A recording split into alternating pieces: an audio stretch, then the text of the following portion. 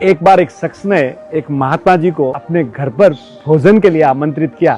उनको drawing room में बिठाया और भोजन की व्यवस्था करने निकल गए। महात्मा जी आए, महात्मा जी ने प्रसादी ली और आशीर्वाद दिया और चले गए। इतनी देर में उनका बेटा आया और बोला, पिताजी कौन आए थे? बोले, महात्मा जी आए थे। बोले, ड्राइंग रूम में मेरे बहुत सारे पैसे थे, वो अभी गायब है। तो पिताजी ने कहा कि देख, महात्मा जी बड़े सज्जन है, ऐसा काम महात्मा जी नहीं करेंगे। बात आके चली गई, 1 साल हो गया। तो उस शख्स ने महात्मा जी को वापिस अपने यहाँ भोजन के लिए आमंत्रित किया और जैसे ही ड्राइंग रूम में बिठाया, वो भोजन की व्यवस्था करने पास में चला गया। इतनी देर में बेटा आया तो बोला कि महात्मा जी, एक बात कहूँ, आप बुरा ना मानो तो। बोले, क्या?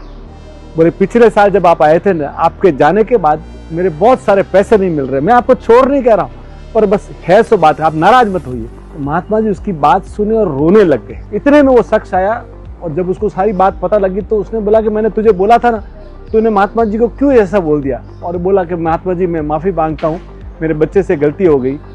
तो महात्मा जी ने कहा कि बेटा, इसने मुझे पूछा इसलिए मैं नहीं रो रहा हूँ। तो बोले, क्या बात की? बोले, वो देख, सामने जो रामायण पढ़ी है ना, वो खोल। और जैसे ही वो बाप बेटे ने रामायण खोली, रामायण के अंदर पूरे के पूरे पैसे पड़े थे। तो बोले, जिस दिन मैं आया था ना, आपके पैसे यहाँ बिखरे उड़ रहे थे, तो मैंने सब पैसे इकट्ठा करके आपके वो सामने वाली रामायण के अंदर रख दिए कि जब सुबह सवेर शाम जब भी आप रामायण खोलोगे तो आपके सामने आपके पूरे पैसे मिल जाएंगे।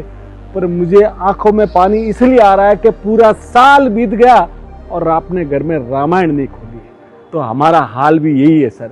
हमारे मित्र है विशाल भाई, सुहाना मसाला वाले, जो बड़े आध्यात्मिक है, तो वो बड़ी शानदार बात कहते हैं कि शांति भाई, समय ऐसा आ गया है कि हम धर्म मानने वाले बहुत हो गए, धर्म निभाने वाले कम हो गए।